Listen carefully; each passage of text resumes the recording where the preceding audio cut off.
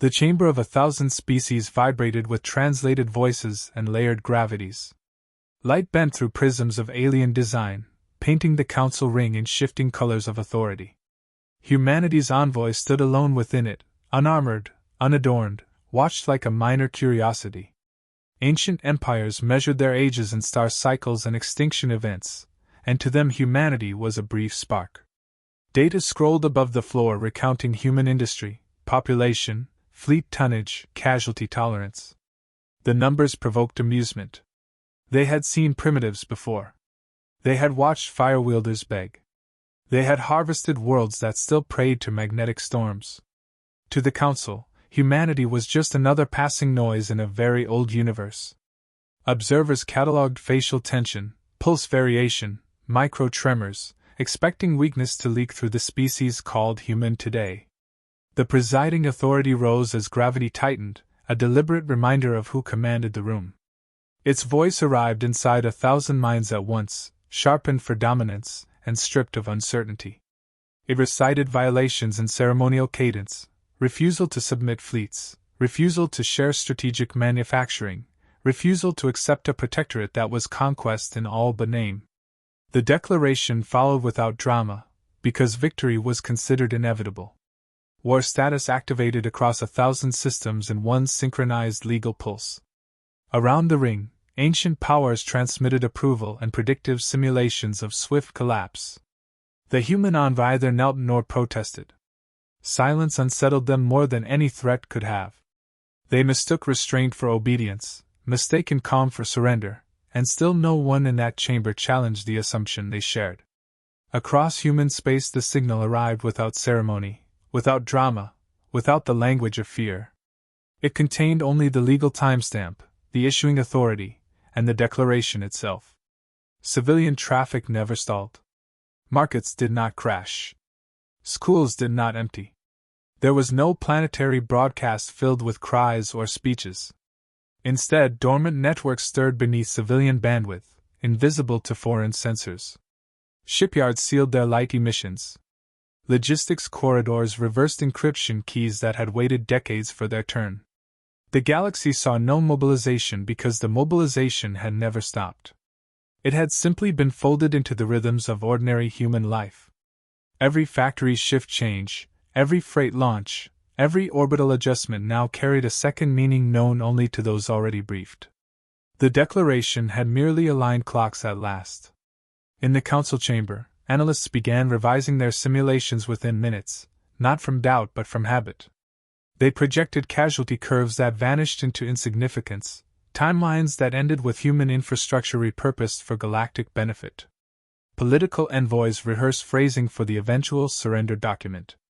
Even those who carried private unease dismissed it as evolutionary superstition. Humans were loud, impulsive, inefficient, and fractured. Their history showed internal conflicts more intense than anything the Council planned to apply. The logic felt perfect. A species that fought itself so often could not stand against an external, unified will. They forgot that survival pressure shapes different tools in different species, and that prolonged internal struggle forges refinements invisible to outside observers. No line in their models accounted for adaptive brutality at its most extreme. When the presiding authority formally ended the session, the declaration of war propagated through subspace as routine administrative output. To the galaxy it was an act of maintenance, a correction of irregular behavior, a minor adjustment in the drift of history. To humanity it was a legal permission filter that had just been removed. The envoy departed without looking back, carrying no threats and offering no appeals. Behind that quiet exit, distant systems had already begun shifting into trajectories never calculated by the Council's instruments. The war had been declared as procedure. Its consequences would unfold as extinction-level arithmetic. No one yet understood that the galaxy had not initiated a campaign, but authorized an awakening it could no longer confine. The silence that followed felt like restraint before the collapse. The first wave crossed the boundary lines of human space in perfect geometric formation, hundreds of warships arranged like a moving equation. Their commanders predicted resistance measured in minutes.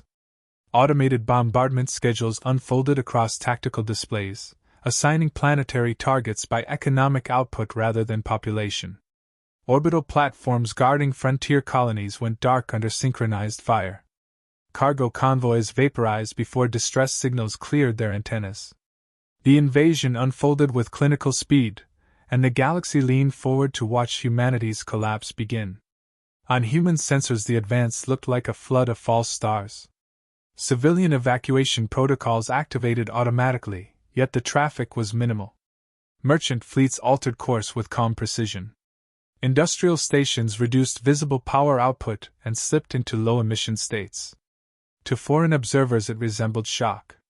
In truth, it was choreography executed by systems that had rehearsed loss for generations. The invaders met organized resistance exactly once. A border defense flotilla emerged to contest a key transit vector. Plasma beams and masked drivers traded fire in predictable arcs. Human ships withdrew in staggered retreats, wasting enemy ammunition and feeding perfect telemetry back through channels the attackers could not even detect. The alien commanders congratulated themselves on efficiency. Their losses were negligible. Their confidence grew with every kilometer gained. Then isolated skirmishes began to end strangely. A squadron vanished near an unimportant asteroid cluster after reporting weapons fire from empty vacuum. Another force lost navigation alignment for 3 seconds and reappeared half inside a human minefield that should not have existed. Long-range scans showed nothing unusual beyond residual interference patterns that did not match known physics. The incidents were categorized as sensor faults. The offensive continued. Within days, entire supply routes began to fail. Fuel convoys disappeared along secure lanes guarded by overlapping patrols. Communications delays stretched from milliseconds to minutes. Distortion bloomed around command relays, corrupting strategic synchronization across multiple fleets.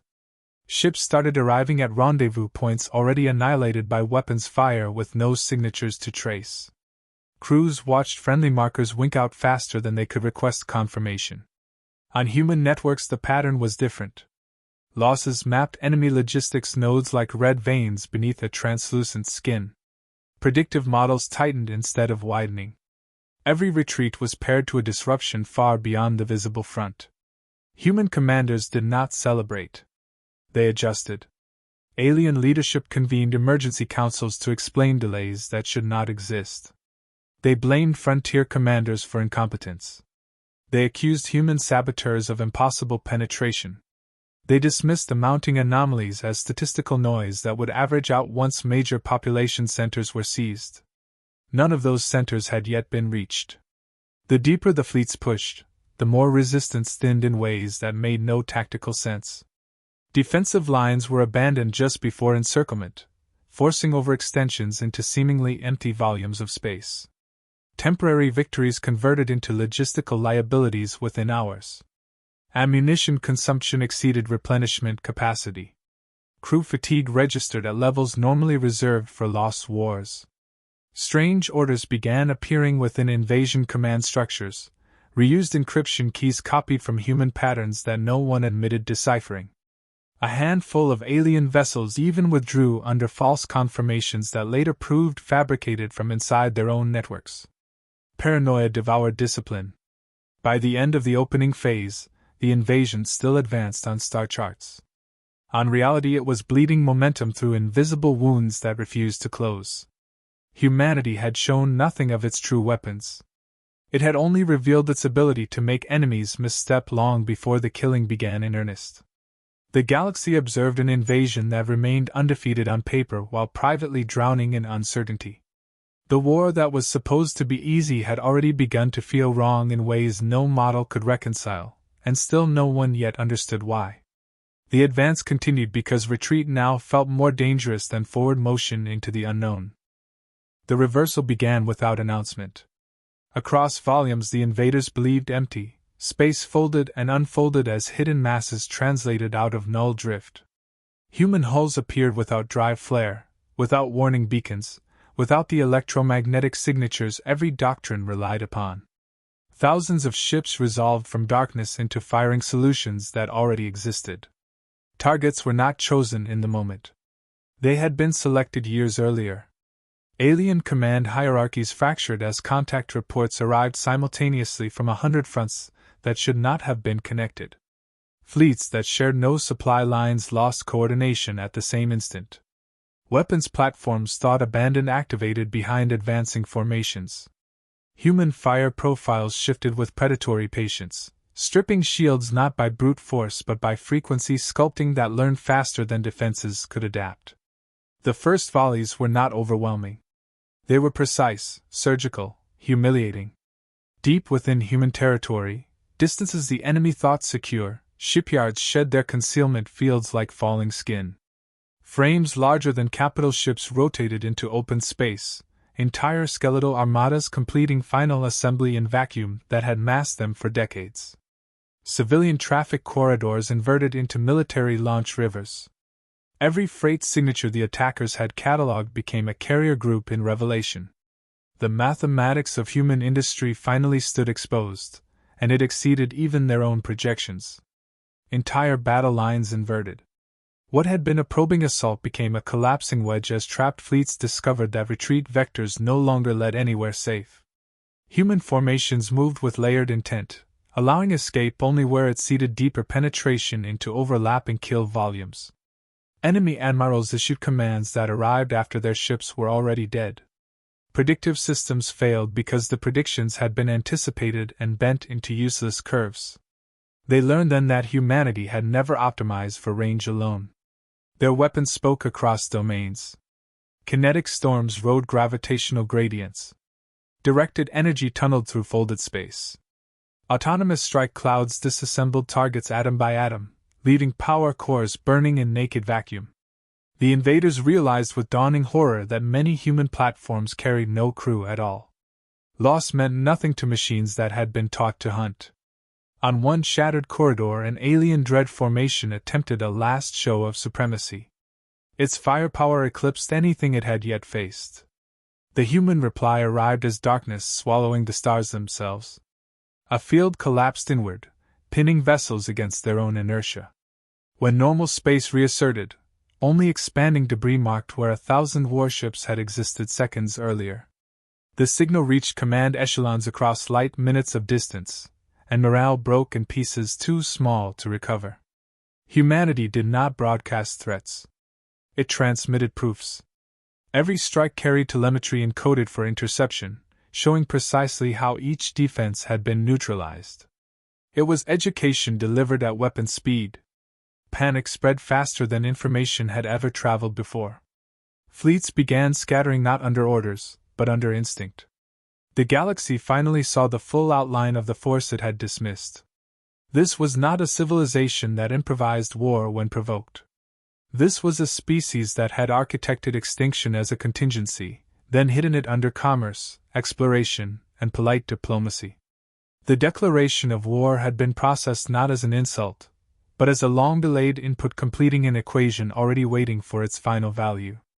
By the time external observers accepted that the balance had truly inverted, entire invasion groups had ceased to exist in any coherent military sense. What remained were isolated pockets of survivors transmitting fragments of warning that no longer mattered. Humanity had stopped retreating everywhere at once. The galaxy would spend centuries arguing over the moment the war was lost.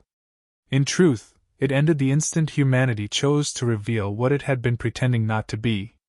The shift was irreversible now, locked in causality and blood. The hunters had stepped fully into the open, and the universe recognized the shape of the predator. Humanity ceased defending without ceremony, converting every surviving formation from shield to spear as synchronized burn vectors ignited across contested systems.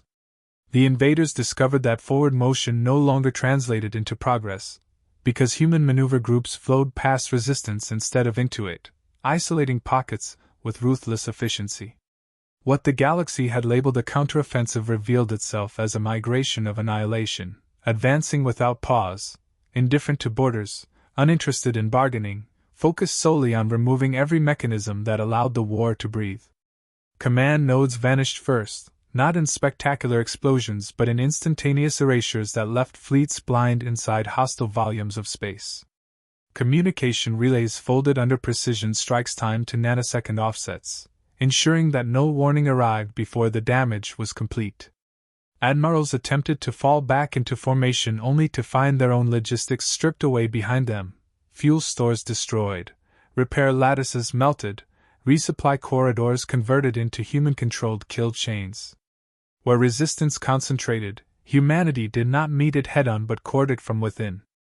Autonomous hunter clusters slipped through shield harmonics, nested against hulls, and dismantled vessels layer by layer while crews listened to impact alarms that never triggered.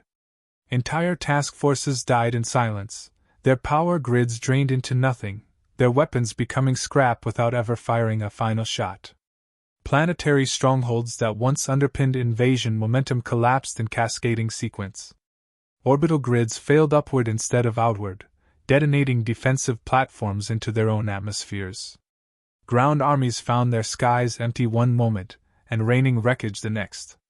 The message was simple and absolute: no sanctuary existed at any depth, no rear area remained real once humanity decided it should disappear. The psychology of the war broke long before the mathematics finished catching up. Coalition partners abandoned coalition partners. Emergency jump authorizations overloaded transit gates with desperate, uncontrolled mass translations that shredded vessels by the hundreds. Civil authorities ordered fleet withdrawals that never arrived, because the fleets no longer had coherent mass to withdraw, only drifting derelicts and scattered survivors drowning in vacuum. Data traffic across neutral space transformed into a single repeating pattern of failure reports, each confirmation compounding the next into inevitability. Markets froze, transport guilds dissolved, and the galactic economy convulsed as if struck by systemic toxin. The original declaration of war circulated again across public channels, no longer as proclamation but as evidence of a collective decision to commit engineered extinction against oneself. Human advances did not slow once victory became statistically certain, because their objective had already surpassed deterrence.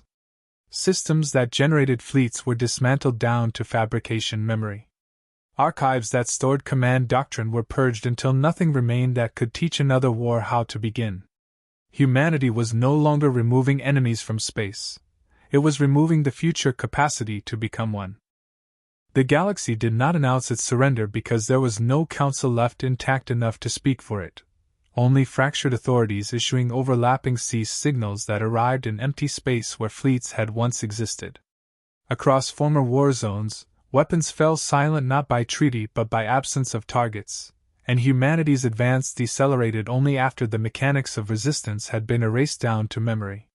Surviving civilizations began auditing their own histories with a new lens, cataloging every moment they had dismissed human persistence as inefficiency, every report they had ignored because it conflicted with established hierarchies. Museums replaced confidence with caution.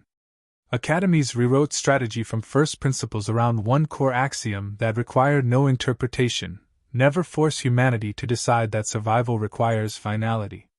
Former invasion governors transmitted offers of reparations encoded with trembling formality, but the replies they received carried no triumph and no threat, only confirmation that hostilities had ended because the conditions that made them possible no longer existed. Humanity did not occupy conquered capitals. It withdrew beyond observation range, leaving only altered star charts and permanent gaps where hostile infrastructure had once been. Trade corridors reopened under new protocols written with human consultation not because of imposed authority, but because the entire galactic economy now depended on alignment with human tolerances. Freight guilds adopted security standards based on human redundancy logic. Transit authorities mapped space using models derived from human predictive warfare to avoid drifting into volumes still haunted by the residue of collapsed battles. Whispers spread faster than official explanation ever could. Stories of how human networks had continued functioning through isolation that should have broken interstellar coherence. Accounts of factories that masqueraded as consumer production while secretly maintaining dormant war capacity for generations. Records of civilians trained from youth to understand evacuation not as panic but as controlled transformation from one logistical state to another. The realization settled that humanity had never separated peace from preparation, only blurred the boundary so completely that outsiders mistook readiness for vulnerability. No monuments marked the end of the conflict. The galaxy built its caution into architecture, into data law, into every future negotiation where human presence altered probability distributions by mere participation. Younger species studied the war as a lesson not in destruction but in asymmetry, learning that the most dangerous forces are those whose extremes remain unseen until every alternative collapses. Within human space, life resumed its surface rhythms with almost unsettling normalcy. Shipping lanes carried food and metals instead of armaments. Orbital construction shifted back toward habitation rather than hull production. Yet beneath those visible patterns, the systems that had awakened never fully returned to dormancy. They simply re-entered the background noise of civilization, indistinguishable once again from the machinery of ordinary survival. The galaxy continued to expand, to negotiate, to dispute borders and resources as it always had, but every escalation was now filtered through the memory of a single miscalculation that had cascaded into extinction-level correction. Humanity did not impose peace as doctrine. It embodied consequence as precedent. The difference was understood everywhere. In quiet data corridors far from public transmission, analysts reached the same conclusion again and again through independent frameworks that no longer required consensus. The war had not proven humanity to be the strongest species. It had proven something far less comfortable to quantify, that when forced beyond accommodation, humanity does not seek dominance, only resolution, and it defines resolution as a state where the question can never be asked again. That was the galaxy's final realization and its permanent boundary. The declaration of war had been archived as a historical artifact, stripped of broadcast authority, preserved only as evidence of the moment an entire civilization taught the universe the cost of confusing patience with weakness.